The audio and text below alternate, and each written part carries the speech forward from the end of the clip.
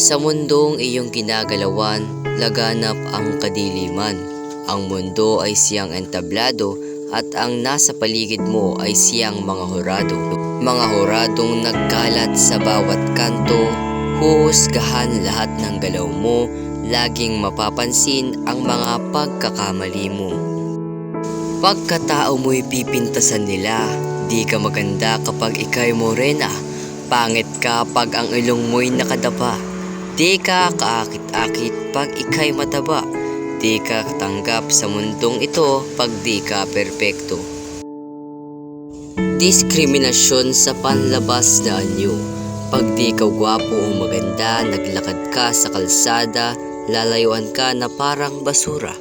Minsan pagkakamalan ka pang mangkukulam, hindi ba? Kapag payat ka, sasabihin sa'yo kulang ka sa alaga. Kapag mataba ka, sasabihin sa'yo naiwan ka sa kusina. Kapag malaki mata mo, tawag sa'yo kuwagong. Kapag nakalabas ang ngipin mo, tawag sa'yo kuneho.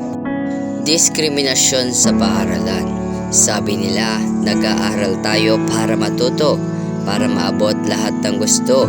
Pero bakit tila lahat ng matay nakatuon sa'yo? Di matalino pero di rin naman bobo, kailangan ko rin ng respeto mula sa inyo. Pumasok ako sa paaralang to para matuto, hindi para tapak-tapakan at maliitin nyo. Pati mga taong inaasahan mo na tutulong at magtatayo sa iyo ay naging isa rin sa mga taong tumapak sa pagkatao mo. Diploma ang gusto ko, hindi pangungutya at pangmamaliit galing sa inyo.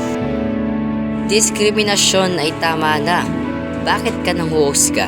Perpekto ka ba? Sino ka ba para manghusga? Tao ka lang din naman, di ba? Kaya tama na, irespeto natin ang bawat isa.